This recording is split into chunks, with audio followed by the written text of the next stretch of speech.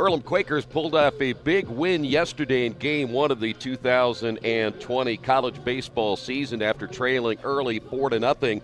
They rallied for a 5-4 win thanks to Austin Hatfield's game winner in the bottom of the ninth inning, and the Quakers hopefully today will go for the series win. If they win Game 1, they'll take the first two games and then play the second game later today, but still end up winning the series. Great to have you with us here once again at Randall R. Sadler Stadium here on the Farm Beer Insurance with Kevin Shear pregame show. Quakers got behind early, as we said, and took advantage of some mistakes made by Case Western Reserve defensively late in the ball game. They pick up that first game win, and now they'll put the ball in the hands of Kyle Gorman, veteran pitcher, part of that 2017 championship team just 3 years ago, and hopefully he can pick up a win in game number 1. There will be a couple of changes in the lineup for the Quakers in this second game of this 3-game set. When we come back in a couple of moments, we'll hear from head coach Steve Sakasitz, get his thoughts about the win yesterday. He'll talk a little bit about Kyle Gorman as he goes today. That's all coming up right here on the Farm Beer Insurance with Kevin Shear pregame show, Radio Troy Digital Sports. Wish me luck, wish me luck. We've all said it. Thing is, life doesn't run on luck. For most people, it takes careful planning. A lot more than, say, crossing your fingers or toes. So talk to Indiana Farm Bureau Insurance. Because as your life changes, your life insurance coverage should do the same. And when it comes to your coverage, luck should have nothing to do with it. Indiana Farm Bureau Insurance. Stop knocking on wood. Questions about your coverage in Wayne County? Call 765-962-9548 and ask for me, Kevin Shear.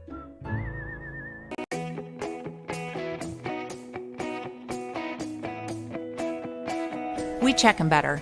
Every Wetzel Better Buy certified vehicle is fully inspected and reconditioned by ASE and factory-trained technicians. And each Better Buy vehicle comes with a Carfax vehicle history report, so you know you can buy a vehicle with confidence. We back 'em better with a 3-day satisfaction guarantee.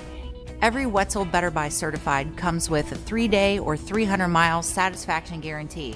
If you don't like it within that 3 days or 300 miles, just bring it back and we'll exchange it for a vehicle of equal value. Every Wetzel Better Buy certified vehicle comes with a 12-month, 12,000-mile warranty. We price them better. We have dedicated individuals searching the entire country for the highest quality, lowest price vehicles for our inventory. In today's competitive market, we're constantly monitoring vehicle values to ensure that we're offering the best prices possible. We guarantee that every Wetzel Better Buy vehicle is the highest quality used car or truck around. Our reconditioning process guarantees that you are getting a vehicle as close to brand new as possible, and our warranties back that up.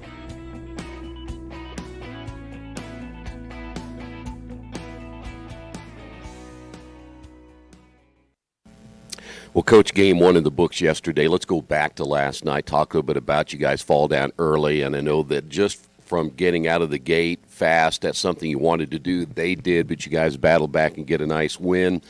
Overall, your thoughts about the complete performance of your team? I think that's exactly what it was. It was a complete performance. Our guys battled. We gave them a 2-spot in the first and then gave them a 2-spot, I think, what it was in the third inning. So they had their 4 runs in the first 3 innings there. Joey struggled a little bit in the first inning. He had 26 pitches in the first inning, finished with 98, so almost 30% of the pitches he threw were in 1 inning. He settled down nicely after the first inning. But the thing that we do a good job of is not giving up the free base. So they hit 2 solo home runs, and we had a couple pass balls that happened there. So we didn't give up really a big inning. We want to stay away from the 3 or more run inning, and it allowed us to be able to chip away, and in the 9th inning give ourselves a chance to win, and we're able to do that. How big was it, though, to only give up 2 in that first inning when they send 8 hitters to the plate?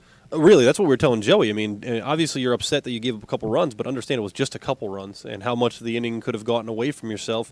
And what you're going to do next is how do you settle down for the rest of the game? Do you live and die with what you did last inning for the next inning, or do you move on from it and make the adjustments you need to make and be aggressive in the zone and understand that they're a good hitting team, they're a good ball club, they're going to be able to do good things as well, too. And Joey, being a veteran pitcher as he is, can you talk a little bit about what you said to him when he came off the first inning? And I know you probably had, you or one of your coaches had a chance to talk to him a little bit right there. What'd you tell him? Yeah, no, we pulled him aside, and he's a fiery guy. He's really tough on himself, and you've got to relax in this sport. You're going to fail, as I told you before, and how you react to those failures is going to be really important. So we just told him, hey, it's the first inning. You gave up a 2-spot. You didn't make it any worse in that part. We're going to win this game. Just give us a chance to stay right here, and he did that. Even with giving another 3 in the third, number 2 in the third inning. In the third inning, he only had 15 total pitches. So they got him for the solo shot, and then another runner got on and ended up scoring there. But 2 runs an inning isn't going to hurt us. We're able to come back and chip away and do our part. The other thing about inning number 2 is I think he went 1, 2, 3 in that inning, and it looked relatively easy. That had to have been big for him just to know that when he came back after that first inning, he could have a solid second inning and then go from there. Absolutely. And that's how you have to respond. You have to come back and be able to keep us right there. We didn't have to go deep into our bullpen. When Hemrick came in the 8th, he threw 15 pitches and 12 pitches. So he's got 27, and he made himself available again for today. We want our guys to be aggressive in the zone, challenge up hitters. If they're going to be aggressive against us and hit early pitches, I see that as a win because I want teams to be more aggressive against us and put the ball in play early in counts so that we can keep pitch counts down. And most hitters like to be a little bit of patient at times. And so when you can get that patient hitter out of their comfort zone where they're becoming more aggressive, how do they react to that? So we want to make sure we still play our game no matter what they're trying to do. You also take advantage of their mistakes, and they made some key mistakes in some critical areas of the ball game. And from your standpoint, talk about that. When other teams are going to mess up like that, you certainly do have to take advantage of it. Yeah, I mean, we're going to make our mistakes. We understand that there's going to be mental and physical mistakes, and we have to avoid as many mental mistakes as we can. The physical mistakes are going to happen as well, but it's how you react to those things and understand that you have to come back from it. So there was a few mental things I'd like to see us do a little bit better than we did yesterday, and then when we go into the game today, hopefully make those adjustments and continue to maybe come out earlier today and put a lead on them as opposed to having to chip away at the end. All right, let's talk about some of those areas of concern that you said just a little bit ago from the mental side. What are they? We with 2 outs, not knowing the outs in the inning there, with one of our base runners not knowing the outs there. We had a pop fly that we assumed was going to get out of play, and it didn't. It popped in and hit foul, and we want to make sure we're going to be going to the fence on every set foul ball that we have there. Other things as well, too, is just when we get out of the box on a pop fly or a fly ball, hard out of the box because you never know with the wind like it was yesterday. At times that ball could keep going and it drops in. So I think there's some small things that we need to work on, but I think it's nothing that can't be fixed and changed. Take us again to the 9th inning and Austin getting on base. He'd struck out 3 times. Previously, they walked the guy in front of him. He turns around and gets the big hit. That had to have been just a huge lift for him. Yeah, and it's game 1. You're not going to – you want that 5th at-bat. He had 4 at-bats up to that point, and you're going to want that 5th at-bat. And the time that you don't want that 5th at-bat is probably the time we have to start pinch hitting there. But, when he's our 4-hole hitter, a guy that's really been pretty consistent since he's been here, at some point he's going to come through there. And, if you watched how they were pitching us pretty much all day, they were away, and their outfield was shifted that way. Well, I don't care what you do in a shift. If we can hit the ball over your head in a shift, we're going to be able to get something done. And he was able to do that, and I thought some of our better hits were going to the backside. You look at Dopp's ball that almost got out of here yesterday was a backside ball, and his ball was backside as well, too. So the more we can add that part of it, then the more they're going to have to start coming in a little bit, and that's where we win. I was looking yesterday at the bottom half of your order at one point, and I'm not sure what part of the game it was, but out of the 5 hits you had at that point, 3 hits came from like number 6 on down, so the bottom of your order was able to get on base. Yeah, with Andrew Bradley having a couple of hits yesterday, and then you look at with Connor Drews getting hit by pitch, and then Jordan Cooterer coming in pinch hit situation, he get hit by pitch. When you're getting the bottom of your lineup on base, what is that? At least right there, that's with an error that Devin Baisley got on as well. That's 5 opportunities that our guys in the bottom of the order are getting on base. So however you do it, we don't care if it's hit by pitch, walk, whatever you have to do, get on base, do it so that we can turn that lineup over, get back to the top. When you win a game like that, coming to 2 games today, let's talk about now game number 1, because if you get game number 2 in the series today, you win the series. Talk about the first game today. Yeah, that's all we're talking to our guys about. We'll reevaluate after Game 2 what we're at, and if we're able to go for the series win in Game 3, or if it's sweeping the series in Game 3. But if you get the first one, it puts you in the best position to be able to win the series is what you want. So we told our guys it's played from inning 1, out 1, pitch 1, go out there, set the tone we want to do. The jitters are out of there from opening day. Understand that you're always going to have butterflies when you go play this game, but let's get over these mistakes that we made early and make the adjustments to be successful. Talk about pitcher number 2 today. Kyle Gorman's going to get the ball. He's been a player throughout his time here. Now as a senior, he's pitching a lot of big games for us. Pitching a regional game his freshman year. Was a conference guy for us since he's been here as a freshman. I think he's close to being towards the top of the career leaders and wins as well too. So we're excited to get him the ball. He's going to be a guy that's going to hammer the zone, throw a lot of strikes. Change speeds, what he's going to do. So we're excited to put him out there and have him kind of add and subtract from the fastball and flip a couple balls over the plate for him. And then in game number 2, who will you go with? Game 2 is going to be Lewis Lipthrat, a sophomore guy who's really had a good offseason, has developed. He's got a fastball to the mid to upper 80s right now. He's really got himself in a position where he can dictate the zone with the fastball, and then he's been able to develop a secondary pitch where he's getting some more consistency with that. So the more he's consistent with that, the better he's going to be for today. But it all starts off the fastball. If you can dictate the counts off fastballs, then we can get them to start chasing breaking balls in our counts. And will we see a lot of changes in the everyday lineup today? What will we go with? So, we've made a couple changes. So in right field to start Game 1, we're going to go with Jordan Cooterer out there. At third base in Game 1, we're going to go with Zach Swearingen. And then behind the dish for Game 1, we're going to go with Cam Whistle. So we're going to be seeing a few more guys throughout the day here get in the games. But in this particular one, those are the 3 changes we're making for Game 1, Game 2 of the series. All right, Coach, good luck today. All right, thanks a lot, Troy. Wish me luck, wish me luck. We've all said it. Thing is, life doesn't run on luck. For most people, it takes careful planning. A lot more than, say, crossing your fingers or toes. So talk to Indiana Farm Bureau Insurance. Because as your life changes, your life insurance coverage should do the same. And when it comes to your coverage, luck should have nothing to do with it. Indiana Farm Bureau Insurance. Stop knocking on wood. Questions about your coverage in Wayne County? Call 765-962-9548 and ask for me, Kevin Shearer. Back once again here at Randall R. Sadler Stadium as we get set for Game 1 of our doubleheader today. Here's how the Spartans will line up in our second game of the series. Jacob Lott will lead things off. He will play shortstop. Batting second, Sam Neal in center field. Hitting third, Jake Ryan, the designated hitter. He will bat third. The cleanup hitter, Flynn Lenahan. Lenahan in right field. The catcher today, batting fifth, is Trey Armstrong. In the number 6 hole, the first baseman, Casey McConaughey. Hitting seventh in left field is Ben Stawicki. Hitting eighth, the second baseman, Ben Gorski. And hitting ninth, the third baseman, Owen Levinson. Matt Levine gets the start. We'll talk more about Levine coming up in a few moments. Now for the Quakers this afternoon, it'll be Mark Chandra to lead things off. He'll be at second base. Batting second, the center fielder, Isaiah Shea. Hitting third at first base, Danny Dopp. The cleanup hitter, the designated hitter, Austin Hatfield. Hitting fifth, the shortstop, Brian Pensura.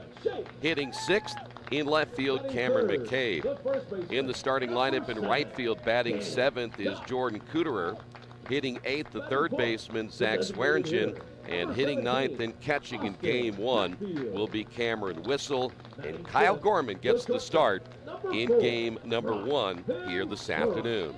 Stay right there. We'll come back. The first pitch is right around the corner. This is Earlham Baseball right here on Radio Troy Digital Sports. Since 1994, Beach Automotive has provided motorists in the Richmond area with the most comprehensive auto repair services that include general services, car and truck care, alignment, brakes, tires, engine, transmission, and more. Their goal is simple: to offer the best services available at affordable prices to get you back on the road in no time. For a high-performance vehicle, trust Beach Automotive. To learn more, give them a call at 765-966-8181. Beach Automotive, 110 East Main Street, Richmond.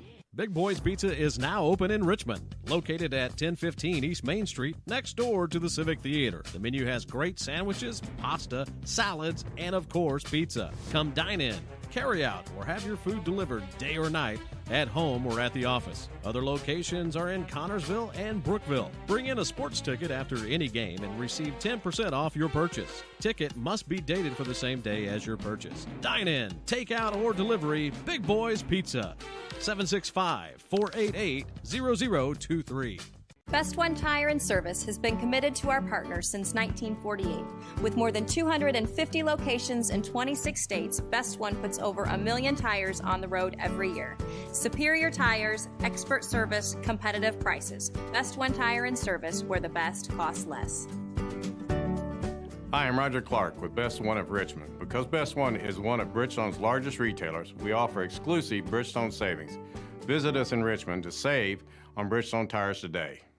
Kate's Cages is the #1 indoor training facility for baseball and softball in Richmond by far. With top flight instructors, you will learn how to play the game the right way. Everything from pitching, hitting, catching, and fielding. Kate's Cages will also have the opportunity to participate in triple play fall ball, the softball academy, individual and team camps, and individual private workouts. Kate's Cages Baseball and Softball Indoor Training Facility, 1366 Rose City Boulevard. Call 993-2353 for more information.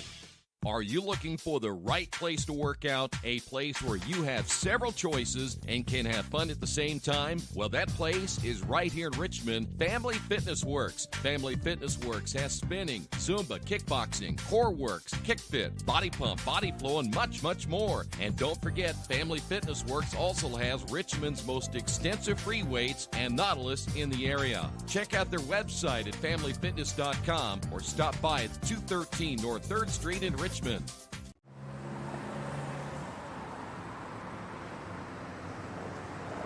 I got this.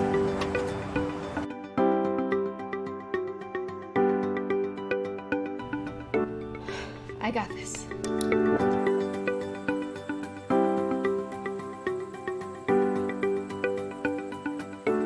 I got this. At Harrington Hogue, we believe your life belongs to you. That's why we work hard to make sure that your insurance coverage is the last thing you have to worry about. So when it comes to keeping you protected, we got this.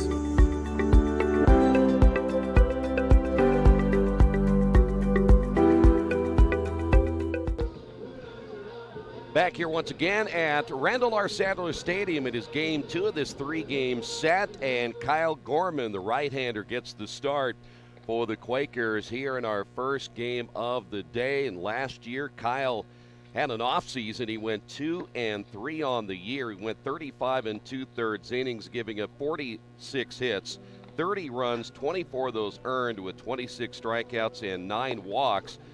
His ERA at 6.06 a year ago, and the team batting average against him was at 307. So Kyle certainly didn't have the kind of year he was hoping. You go back to his 2017 campaign, part of that championship season. He made the all-conference team at that time, but things have kind of struggled over the last couple of years, and I know injuries have been a part of that as well. But you go back to his freshman year, he's part of that all-tournament selection.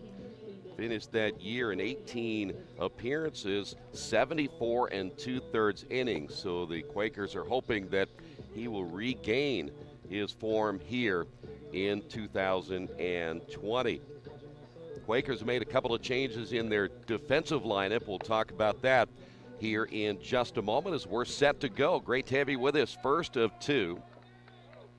Quakers win yesterday, as mentioned, coming from behind to take the 5-4 win.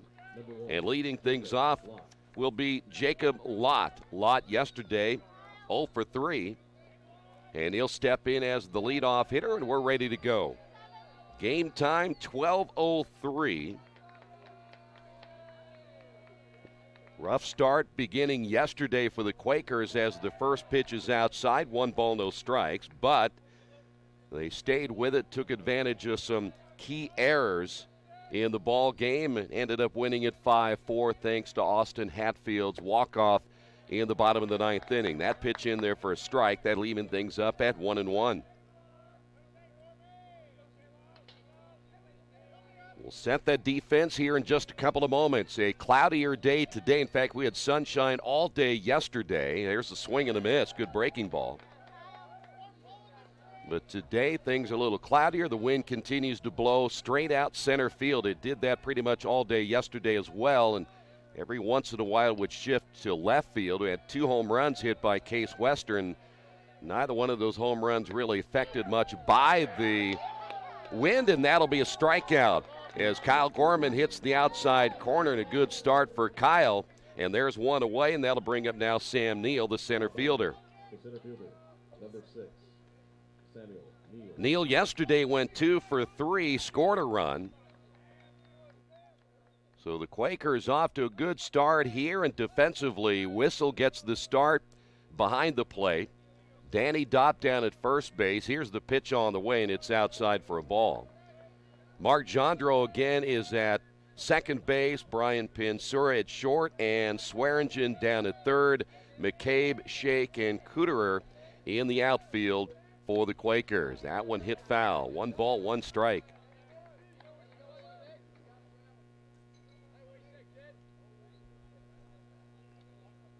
Sam Neal, the left-handed hitter, steps back in with a count at 1-1. Gorman gets the sign, the leg kick, and the pitch, and it's outside, 2 balls and a strike. Of course, the one thing you'll always hear Coach Sakasitz talk about is getting ahead of the hitters, and early yesterday,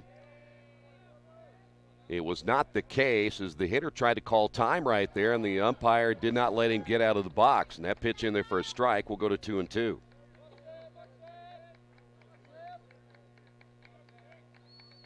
Give plenty of credit early on as the Quakers fell down 4-0. That's hit foul. We'll stay at 2 balls and 2 strikes.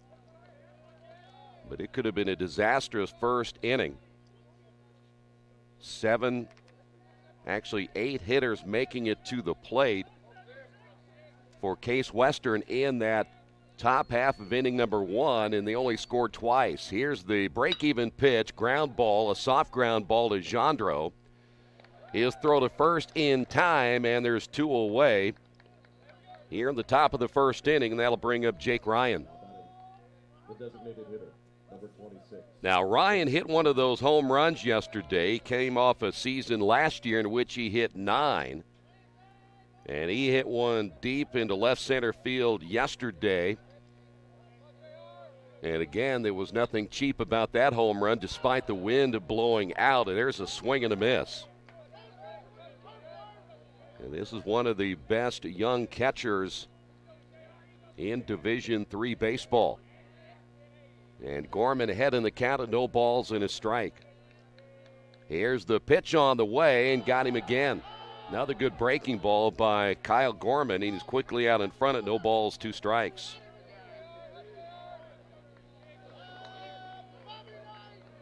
Outfield straightaway. Gorman trying to get a 1-2-3 first inning right here. Gorman will shake off the sign from Whistle, now set to throw. Here's the pitch, and a good waste pitch. It's outside. And we'll go to 1-2. Spartans coming off a year, as we said yesterday, in which they made it to the NCAA tournament. They were the runner-up in the Worcester Regional. Here's the pitch. And the fastball's up high, 2-2. Now, Coach Sakasitz was happy to get them on the schedule, able to bring them here, and an opportunity to play a very good baseball team in their first 3. The break-even pitch once again, fly ball into right field, going back on it, Cooterer. He's at the warning track, can't make the catch. He goes down, heading to third will be Ryan, and he'll be in with a triple. Boy, we saw the ball carry yesterday to right field, and it did it again right there. Good effort, though, by Cooterer. But another extra base hit by Case Western. They had 4 or 5 extra base hits yesterday. And that'll bring up now Flynn Lenahan. He did not play in yesterday's first game.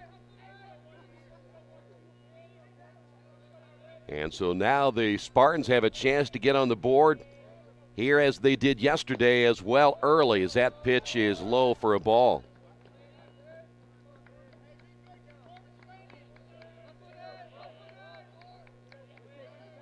So Ryan down at third. Second baseman Jandro playing a little bit over toward first base for a left-handed hitter. There's a big cut and a miss. And the count is even at 1 ball and 1 strike.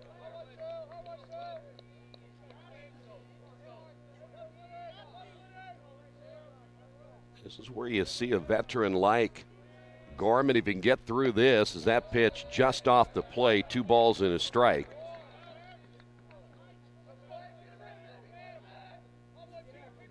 Kyle's put in some big innings over his career, 13 career wins coming to this one here this afternoon.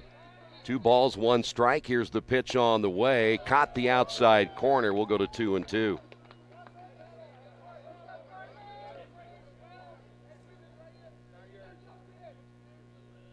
Linehan back in. The runner down at third, Ryan. Gorman again with the sign, the pitch on the way, hit foul. That one off the end of the bat. And we'll stay at 2 balls, 2 strikes. Yesterday, Case defensively did not play their best game. They ended up with 3 errors on the day. Of course, maybe the biggest one was by their shortstop, Lott, who dropped a fly ball that kept an inning alive, in which the Quakers took full advantage of. Here's the 2-2 pitch again. Got him swinging, and that will do it for Case Western in the top of inning number 1. After half inning of play, Case Western nothing, Earlham coming to bat. This is Earlham Baseball and Radio Troy Digital Sports. At First Bank Richmond, we provide you with an excellent banking experience. Whether it's personal checking, savings, mortgage loans, consumer loans, retail lending, or trust and investments, you can count on First Bank Richmond. First Bank Richmond has been serving the Richmond area since 1887. For more information, give them a call at 962-2581 or go to their website at firstbankrichmond.com. Georgia Direct is your one-stop source for floor coverings and decorating ideas for remodeling a home, office, kitchen, or bathroom. Their showroom offers quality products from Mohawk, Shaw, Armstrong, Craft-Made, and many more. They proudly offer Richmond the best quality and variety of home design solutions at competitive prices. At Georgia Direct, their goal is to deliver an outstanding customer experience from selection through installation. Georgia Direct Carpets and Cabinets, 5200 National Road East, Richmond. Now Quakers offense gets set to go to work here in game number 1. It'll be Jandro, Shake, and Dopp to lead things off, and they'll face a right-hander. It'll be Levine getting the start here in this first game. Matt Levine, last year 6-3, an ERA of 2.69. He threw 73 and 2/3 innings with 36 strikeouts and 25 walks. So Levine try to shut down the Quakers here today and pick up the Game 2 win. He is a junior out of Boca Raton, Florida. Quakers yesterday, when it was all said and done, not totally happy with what they were able to produce offensively. They did end up with 9 hits, but they struck out 10 times. And they left 7 runners on base. So leading things off for the Quakers, Mark Jandro. Mark yesterday 2 for 5. So Mark will step in for the first time.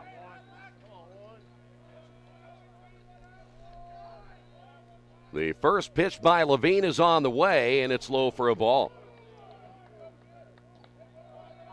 Armstrong gets the start behind the plate here in game 1. McConney's down at first. Gorski is at second. Lott at shortstop. This one hit down the line. That'll be a fair ball and could be extra bases. Linehan able to get to the baseball, and he's going to hold Mark to just a base hit. But Jandro gets the Quakers off to a good start with the first hit of the ball game. That'll bring up Isaiah Shake. So Isaiah Shake will step to the plate. Isaiah yesterday went 1 for 3, actually 0 for 3 with a run scored. And will the Quakers get a chance to get Mark Jandro on base or Isaiah Shake, they want to run.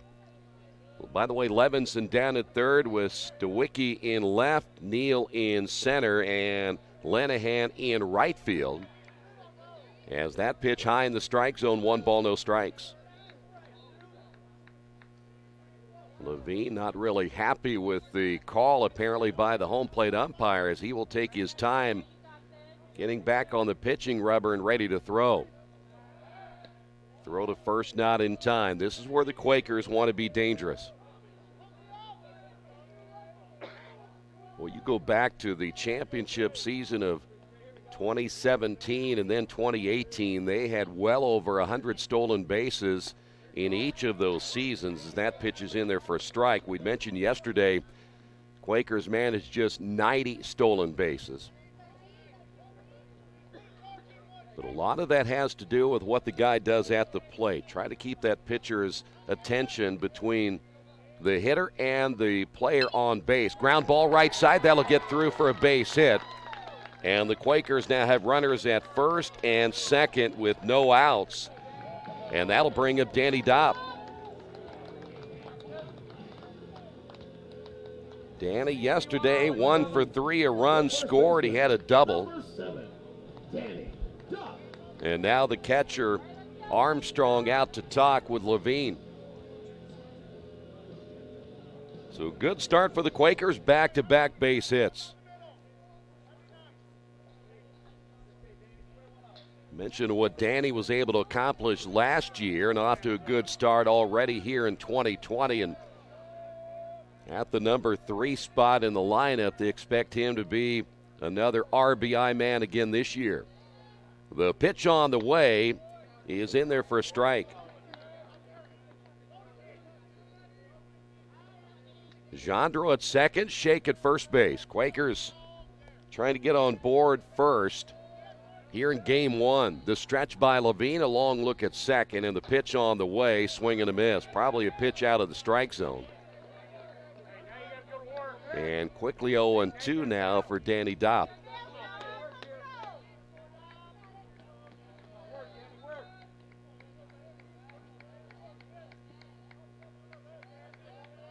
So Dopp back in, Levine ahead in the count at 0-2. Runners again at first and second. The stretch and the pitch, grounded down the line, foul. One thing about Danny Dopp from a hitting standpoint, it's hard to strike him out. He is one of those guys that makes contact. Last year, Danny struck out just 20 times in the 33 games that he played. The stretch by Levine, the pitch on the way. That one hit well down the line. This is going to fall in for extra bases. Rounding third is Jandro. He will score. Rounding third this time and holding up will be Isaiah Shake. They started to send him and then held him up. And so Danny Dopp with the double. And the Quakers lead this one 1-0. Now batting, the designated hitter, number 17. And now runners at second and third. And here is your hero from last night, Austin Hatfield, the designated hitter. Though he'd struck out 3 times in the ball game, he came back with the base hit that won the contest in the bottom of the 9th inning. The stretch by Levine, the pitch on the way, and it's in there for a strike.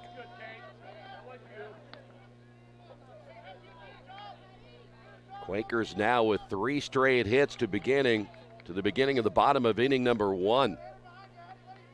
And Levine, who won 6 games last year, in trouble here early. That one hit foul. And Austin way out in front on the swing.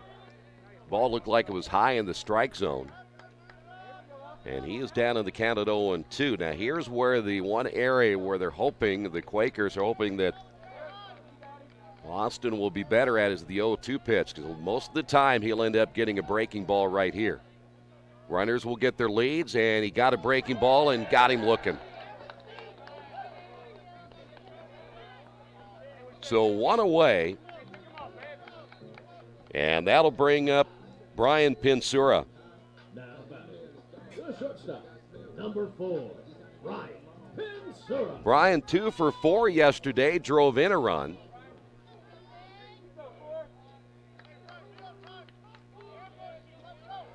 This would be big for Levine if he can get out of this inning. Another breaking pitch if he only gives up the 1 run. Quakers now 3 hits. At third base, Isaiah Shake. Danny Dopp down at second. The pitch on the way, swing and a miss. So Levine able to get ahead of Austin Hatfield, doing the same thing here to Brian Pinsura.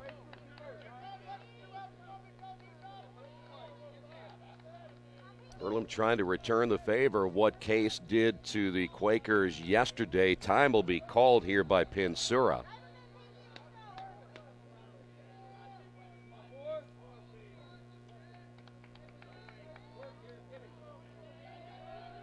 Levine comes set. Here's the pitch. Another breaking ball and got him swinging. So back-to-back strikeouts by Levine. And that'll bring up Cameron McCabe. So 2 away. Now batting, the left fielder, number 5, Cameron McCabe. Cameron 1 for 4 runs scored in the victory last night, 5-4. Well, the Quakers want to get these two guys, at least one of these two in if they can, as McCabe will take the breaking ball low and inside, 1-0. Quakers know full well just how potent this Case Western team can be offensively. The 1-0 pitch is low and outside, 2 balls, no strikes.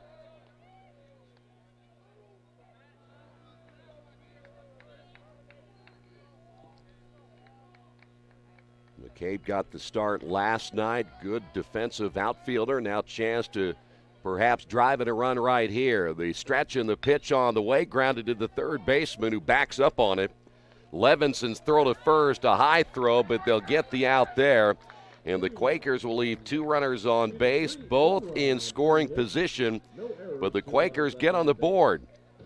After 1 inning of play, the Quakers lead this one 1-0 on the Wesley Bates Wealth Management scoreboard. Not all insurance agents are the same. Choosing the right one can make a big difference in price, service, and value. That's why you should choose Harrington Hoke Insurance. As an independent agent, they don't work for an insurance company. They work for you, the client. And their job is to get to know you, your family, and your business so that they can help you develop an insurance plan that is just for you. Serving Richmond and all of Indiana since 1933, Harrington Hoke Insurance, we got this. Hey, this is Steve at Jiffy Lube. The other day, a cashier said to me, "If you're happy with the service here, there's a site you can take a survey on." Kind of laughed and said, "What if I'm not happy?" To which she replied, "Well, then you can just forego the survey." I thought, well, that's kind of the equivalent of if you can't say anything nice, then don't say anything at all. What if we all adopted that? Jiffy Lube, take the survey, but if you can't say anything nice, just don't say anything at all. Hey, this is Steve Funkhauser at Jiffy Lube. Come on out, see us. We're ready to serve. We will head to the top half of inning number 2. Armstrong, McConaughey, and Stowicki all due up for Case Western. The Quakers had a golden opportunity to have a big inning. They pick up just the 1 run. If you are Case Western's Levine, you feel pretty good about that first inning. Is Matt able to get out of that with the 2 strikeouts and got McCabe to ground out?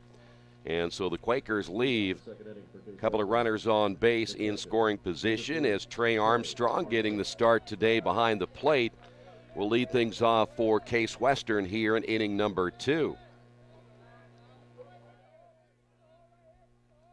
First pitch on the way is in there for a strike.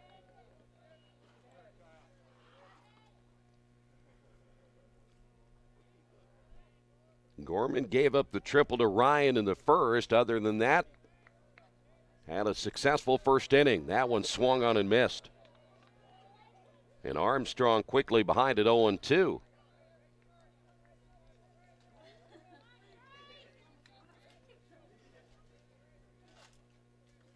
Here's the 0-2 delivery on the way, hit down the line and foul.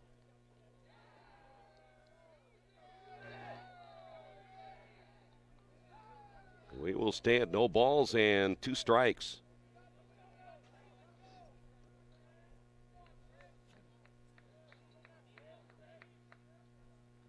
That pitch low and outside, 1-2. Armstrong out of, see, where is he? Newcastle, Delaware. 5'10", 190-pound junior. The 1-2 pitch on the way, foul tipped, and Whistle can't hold on. We'll stay at 1-2.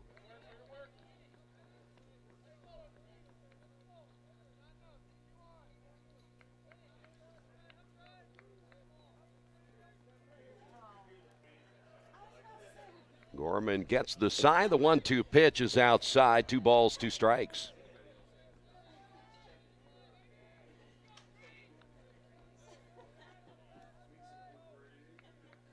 Every once in a while, see a peak of sunshine here at Randall R. Sadler Stadium. That one hit down to the third baseman. High hop, Swearingen. The strong throw gets him. Great play by Swearingen to get the first out.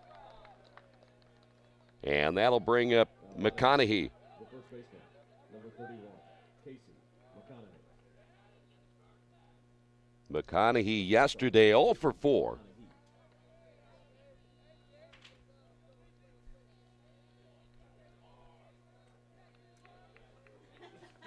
Now Gorman set to go to work with 1 away here in the second, and time is called. Now again, the sign relayed from the dugout to the catcher, Whistle, and then he sends that signal to Gorman, and the pitch is outside. We talked with Coach Sakasitz about the signs that they use, and of course the Quakers doing something completely different this year with the signs that they use. Is that pitch in there for a strike? Now that generally is for the hitters and the guys on base. Nothing changed from the other side from a pitching standpoint, though Whistle again has that note card on his wrist, and they'll go from there as that one hit foul. 1 ball, 2 strikes. I did forget to ask Coach Sakasitz how they have improved on making sure they know what signs to look for, what part of the card they look for. There is a formula to it. Here's the 1-2 pitch. This will be tapped toward Jandro. He will charge and throw, and there's 2 away. Another ground ball out, and that'll bring up Ben Stawicki. That is now the 3rd ground ball out by Kyle Gorman here in the first 2 innings, and Stawicki steps to the plate. Stawicki so far no official at bat in the first 2 games as he's set to face Kyle Gorman, and the fastball in there for a strike.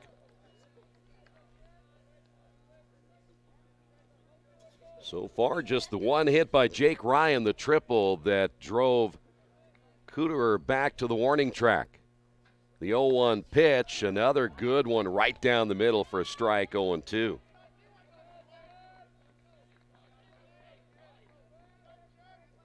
Quakers will play it straight away. You generally never see too much of a shift in the outfield. Here's the 0-2 and another good waste pitch. Nothing to hit that time. As Stawicki able to lay off the ball that was low and outside, and another, again, good pitch by Gorman just to make sure nothing to hit. The 1-2 pitch on the way, and he got him on the outside. Ball's going to be dropped by Whistle, and the throw to first, not in time. So a man on base.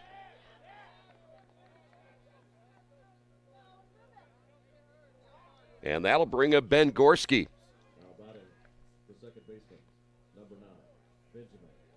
Now, Gorman will get credit for a strikeout there, but that should be an error, I believe, on Whistle. As Gorski will step up. 2 for 4 yesterday, had a double, scored a run. The stretch and the pitch in there for a strike.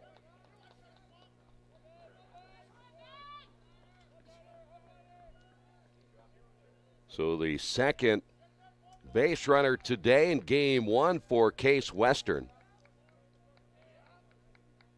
The pitch on the way is up high for a ball. 1 ball and 1 strike. By the way, we mentioned a little bit yesterday about the Quakers' early schedule. They play 14 straight home games before they head to Florida. They do not go on the road at all in the month of March as that pitch is inside up until the 17th when they head to Florida. That is a nice home schedule after today. They'll play Olivet. They get Wilmington, Kalamazoo, and Capital all here at Randall R. Sadler Stadium. The pitch on the way is hit foul. 2 balls and 2 strikes now to Gorski.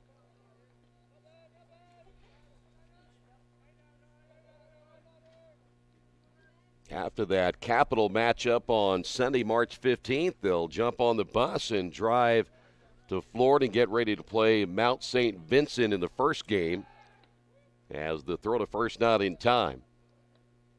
They'll play Albright. They'll play Mount St. Vincent again and Albright in back-to-back games in a 4-game set, and then come back here and start conference play on March 28th. The break-even pitch on the way is outside. Now we'll go to 3 balls, 2 strikes.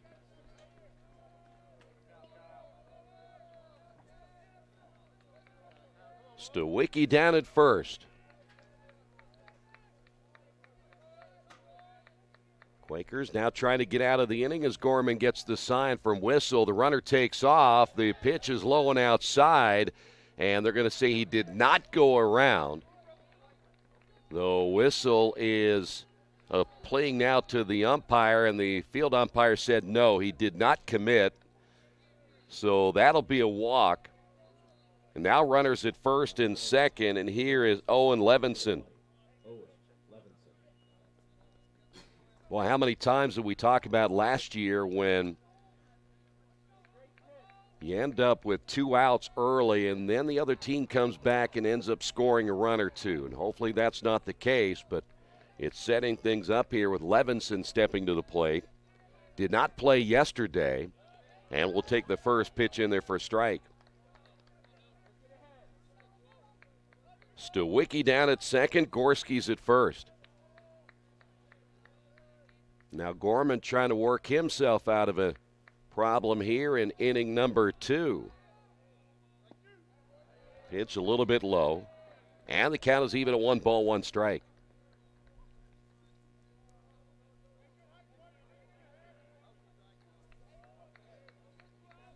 Second time now in the first 2 innings in which the Spartans have gotten a runner in scoring position. The pitch. Grounded back up the middle. Pinsura will lob it on to first, get the out there, and that'll do it. So nothing hurt in the inning. We will head to bottom half of inning number 2. The Quakers lead it 1-0. This is Earlham Baseball, Radio Troy Digital Sports. Think about the moments in your life, moments you might miss if you become ill. People often ignore their own health, even when their body is telling them something isn't right. Routine health screenings could be the difference between catching it early when it's more treatable or waiting until it's too late. Make time to have an annual wellness visit. Keep up with routine screenings so you don't miss out on any of your moments. Reed Health's team of experts can keep you in control of your health, making sure you stay right where you belong. Reed Health, right beside you. After the unexpected, expect us. Indiana Farm Bureau Insurance of Fayette, Rush, Union, Decatur, and Shelby counties. Auto, home, life, renters, farm, crop, and business coverage. Coverage you need in a language you know. We take customer satisfaction seriously and don't take a cookie-cutter approach to your coverage. For more information, call 800-723-3276 or go to their website, in.farmbureau.com. Earlham Baseball brought to you this afternoon by your Richmond area Subways. Each day of the week, you can get a different 6-inch sub with no artificial flavors or colors. Just $3.50. Every Friday, the tuna. Saturday, the Black Forest ham. And Sunday, the meatball marinara. Treat yourself at Subway. 4 locations in Richmond and Hagerstown. Subway, eat fresh. Head to the bottom of inning number 2. It'll be Cooterer, Swearingen, and Whistle all due up for the Quakers. Cooterer yesterday ended up getting into the ball game as a pinch hitter in game number 1 in that 5-4 victory, as now Levine set to throw after giving up just 1 run in that first inning when things were looking pretty bad at one point as the pitch is outside. But Levine able to battle back after giving up 3 straight hits. Ended up getting the next 3 hitters with virtually no problem. Here's the pitch. High fly ball, shallow right field. Lenahan is there, the center fielder. Neal is there, and Neal will call Lenahan off and make the catch for out number 1. That'll bring up Zach Swearingen, the third baseman. The third baseman, number 6, Zach Swearingen. Zach still looking for his first official at-bat. As Levine set to go to work, and the pitch is a breaking ball in there for a strike. Quakers 3 base hits. Case Western with a single hit. Levine with the wind in the pitch, and it's inside for a ball.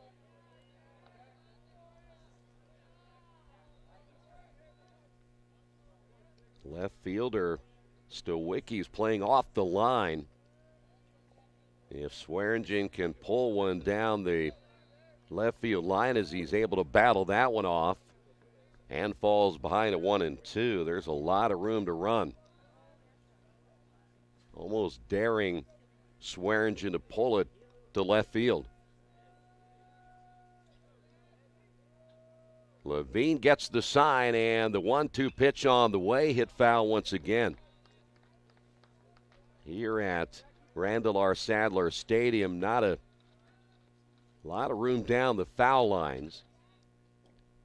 310 is the dimension down the left field line. They're on a monster to work with there. You really have to poke it hard to get over that fence. Ground ball to the shortstop, Lott. The low throw dug out by McConaughey, and there's 2 away.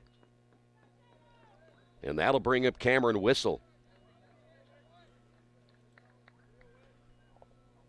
Cameron starting behind the plate here in game number 1. Cameron did not play yesterday. So 2 quick outs and 5 straight set down now by Levine. The pitch on the way is in there for a strike.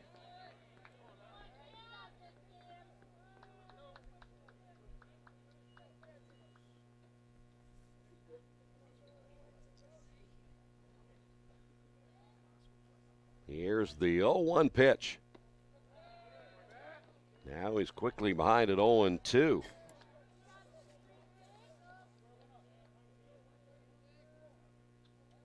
Whistle, just a sophomore out of Mason, Ohio. And here's the 0-2 delivery on the way. It's inside. We'll go to 1-2.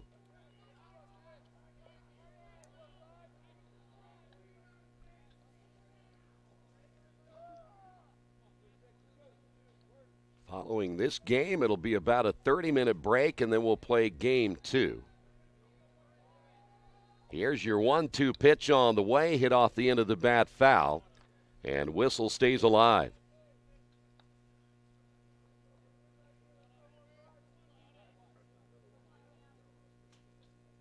We were mentioning how quickly the conference season will begin on Saturday, March the 28th, so you have just a little over a month before we get into the conference.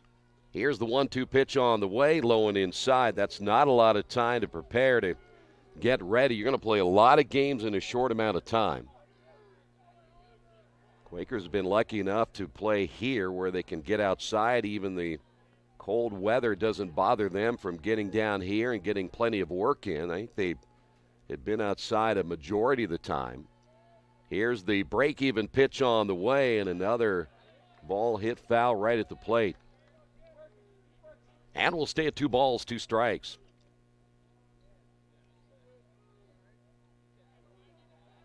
Well, you mentioned that because the Quakers have a certain advantage when the weather does turn bad. The turf that they have here had the snow the one day that kind of kept them off the diamond, but then they were right back the next day or so. Here's the 2-2 pitch, hit foul.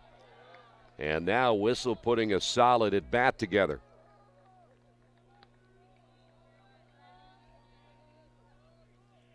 With it being a left-handed hitter, center fielder Neal is shaded just a little bit toward right. And again off the line in left field is Stawicki. 2 balls, 2 strikes, 2 away as we play here in the bottom of inning number 2. The pitch, got him swinging on that one. Good breaking pitch. And Levine gets his 3rd strikeout of the ball game. And we will head now to inning number 3 on the Wesley Bates Wealth Management scoreboard. Quakers lead it 1-0. Hello, my name is Kyle Schwarzkopf. I'm the manager of Kyle's National Road Auto, in business in Richmond since 1979. We employ ASE certified technicians, and we have over 80 years of experience. We work on all domestics and most European and Japanese cars. Give us a call at 966-1555. Kyle's National Road Auto Service. My name is Kyle Schwarzkopf, and I approve this message. New Vision Sports is a training program that focuses on the training and improvement of the serious-minded athlete, including all ages and skill levels. From creating customized workout plans to providing ongoing motivation and support, New Vision strives to help you achieve your training goals. Their trainers use a variety of effective workout plans based on your specific goals. New Vision Sports, 977-5831, or go to their website, newvisionsports.com. That's New Vision Sports with a Z. Well, Kyle Gorman giving up just 1 base hit so far through the first 2 innings. He will face Jacob Lott, Sam Neal, and Jake Ryan at the top of the order. 1, 2, and 3. We're back again at Randall R. Sadler Stadium. Quakers, if you've just joined us, had a chance to perhaps open things up quite a bit in that first inning. They had Jandro, Shake, and Dopp all get hits. They did manage just the 1 run, but Levine able to get him out of trouble. As Lott will step up for the second time. He's 0 for 1, a strikeout victim in the first. Gorman with the pitch. Grounded by the third baseman, Swearingen, as that one just clipped his glove. Heading to second is Lott, and he'll be in with a sliding double.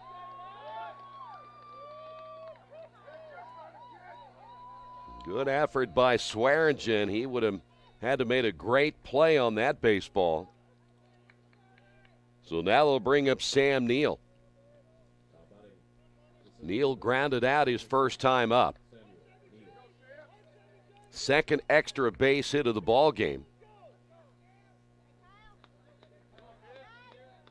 So now runner in scoring position here in the third for the Spartans. The pitch.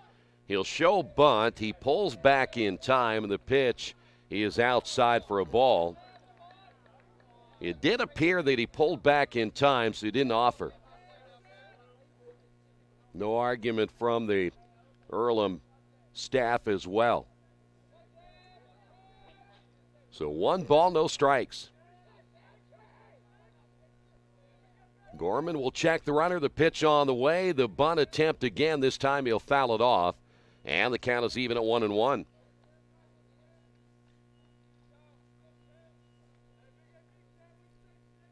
Knowing that at times when you have a game that you anticipate could be a low-scoring affair, we went 5-4 yesterday, though at times it was a struggle to get runs.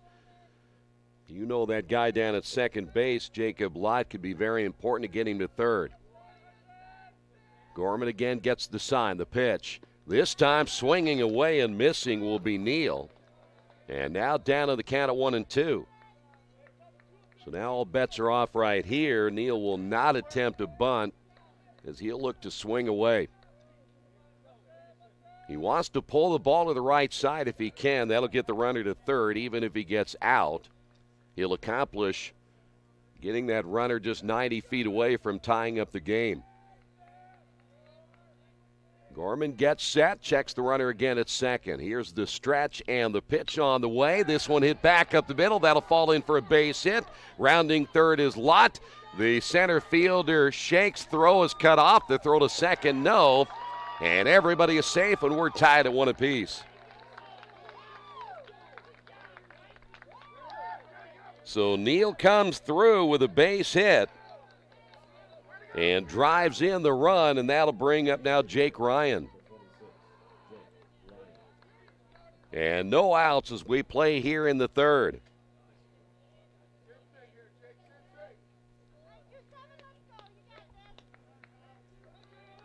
Sam Neal with his first RBI of the season.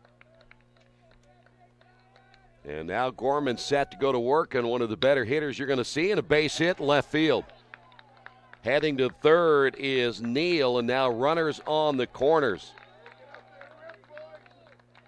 And now 4 base hits on the board for Case Western. And like what the Quakers did in the first inning with back-to-back-to-back hits, that's exactly what Case Western has done here in the third. Flynn Lenahan will step to the plate. He struck out his first time up. Quakers get a ground ball here, at least get the double play and get a couple of outs, even though Sam Neal may score from third and make it a 2-1 ball game. Now can Gorman pitch himself out of trouble as that pitch is low and outside for a ball?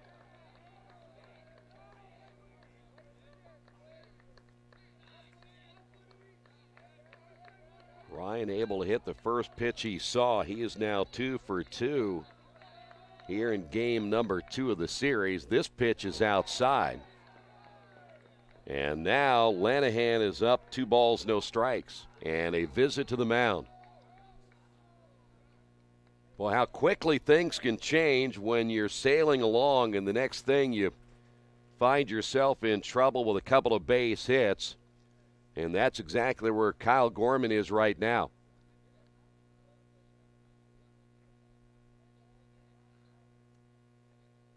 And just a matter of trying to settle him down at this point, try to get the out here of Lenahan. And as we said time and time again, for the Quakers to be successful, these pitchers have got to find a way to get ahead in the count. And then you can dictate what you want to do from there. But when you're down 2-0 and you got a left-handed hitter with Lenahan at the plate, you got to be very careful. So after a short meeting, we're set to go once again. Neal at third, Ryan at first. The stretch by Gorman. And the pitch on the way, swing and a miss. Took something off that pitch. Now we'll go to 2-1 as the changeup works against Lenahan as he was way out in front.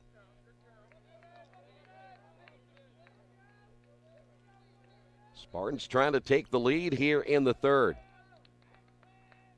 The pitch by Gorman is hit foul. And we'll go to 2 balls, 2 strikes.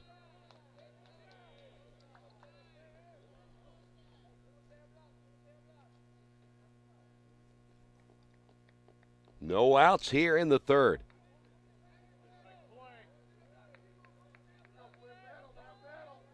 Ryan a shorter lead at first base as he stays in the brown area there. There's a swing and a miss, and that's a big strikeout as they get Lenahan for the second time. There's one away, and that'll bring up Trey Armstrong. So now a ground ball potentially can get you out of the inning. Armstrong grounded out to the third baseman Swearingen in inning number 2. He is 0 for 1. And this would be huge again for Kyle Gorman right here. The stretch and the pitch, low and outside.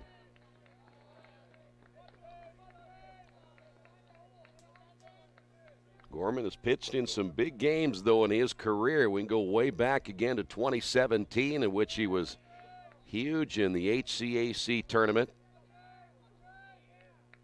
The 1-0 pitch is in there for a strike. We'll go to 1 ball, 1 strike.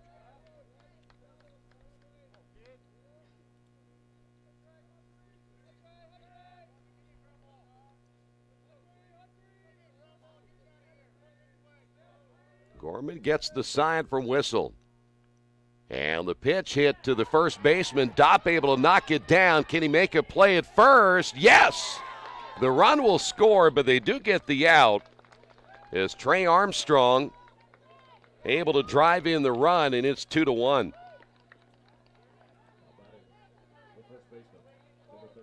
Good job by Danny Dopp, able to knock that ball down. As McConaughey will step to the plate, he's 0 for 1. Of course, Kyle Gorman, give him credit. He had to hustle down to first base. So 2 outs as McConaughey with a runner at second base in Ryan. Here's the pitch, and it's high and outside for a ball.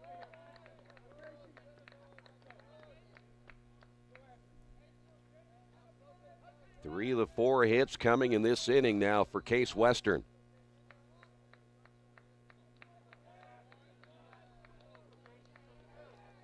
The stretch and the pitch on the way is low for a ball.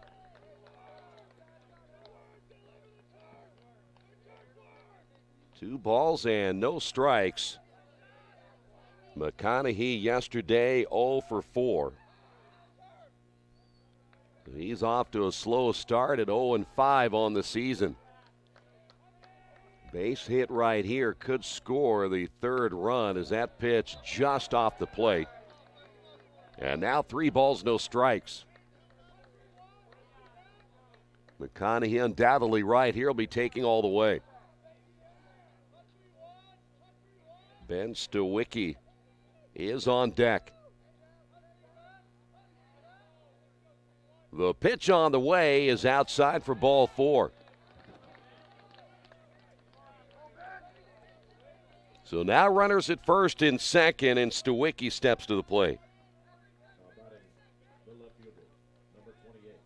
Stawicki able to reach base back in the 2nd inning after he struck out. Whistle was unable to throw him out down at first base. Though nothing hurt, eventually Gorski ended up walking and Levinson grounded out to end the inning. Now Ryan's at second base, McConaughey at first. The pitch grounded up the middle. This could be trouble. Hit into center field. Rounding third is Ryan. The throw to second base not in time. And Case Western now leading this one 3-1. Still runners at first and second. So Stawicki does his job, and that'll bring up Gorski. 6 hits on the board now for Case Western. And the 3 hits that Gorman gave up at the top of the order, all coming to score. And now Gorski will try to keep the inning alive. Here's the pitch on the way, low and outside. Runners almost taking off, anticipating a wild pitch or a pass ball. But now Gorman struggling here in the 3rd.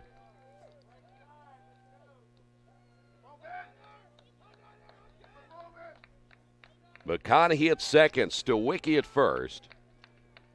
Gorski back in, ahead in the count, 1 ball, no strikes. Here's the pitch. This one chopped over the middle, charging Pinsura. His throw to first is in time, but the damage is done as we'll head to the bottom half of inning number 3 on the Wesley Bates Wealth Management scoreboard. Quakers down in this one, 3-1. For the past 35 years, Van Vliet Insurance has built a reputation of bringing a personal touch. That's because at Van Vliet, it's all about you, your needs, your life, and our town. Along with providing quality coverage to individuals, families, and local businesses, we're proud of our community and the opportunity we have to protect your future within it. Van Vliet Insurance, an Erie Insurance representative. Hometown professionals at work for you. As an internet service provider, Parallax Systems offers reliable residential high-speed internet service and business service. With a fiber backbone reaching over 150 miles, we have created a multifaceted delivery system. Our dark fiber leasing has proved beneficial to public and private sectors alike. Parallax serves Wayne County and surrounding areas. Parallax Systems, when speed matters, a division of Richmond Power and Light.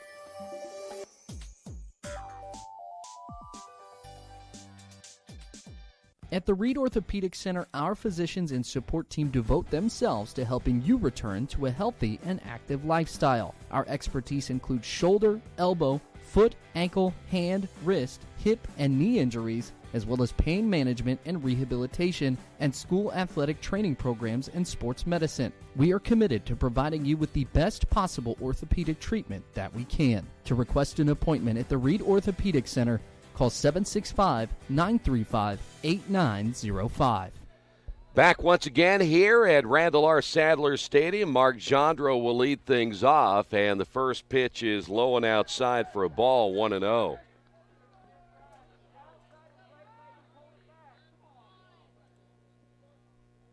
We will work to get that break board off here in a moment as Gendro steps back in. Here's the pitch. And it's in there for a strike. That'll even the count at 1-1.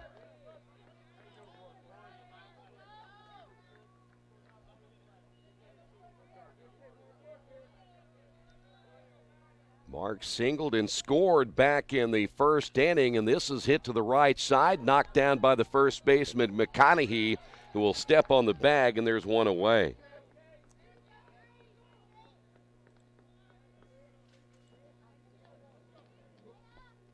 That'll bring up Isaiah Shake. Now batting the center fielder, number 33, Isaiah. Isaiah singled in the first inning.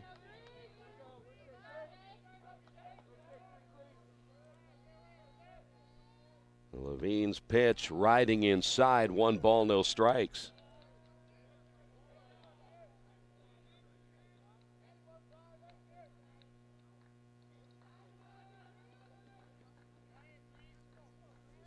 Quakers down 3-1. The pitch hit foul.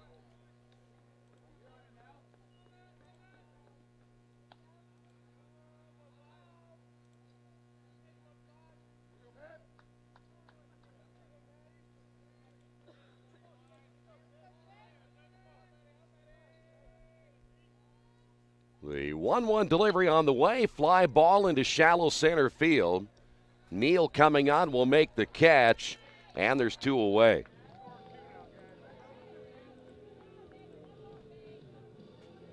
And that'll bring up Danny Dopp. Now batting the first baseman, number 7, Danny Dopp.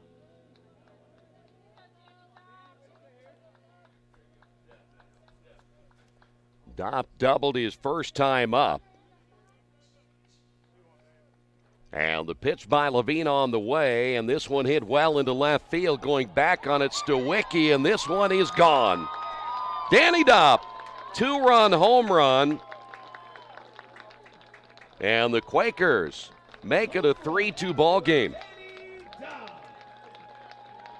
Danny's first home run of the season. And the Quakers pick up their 4th hit as well.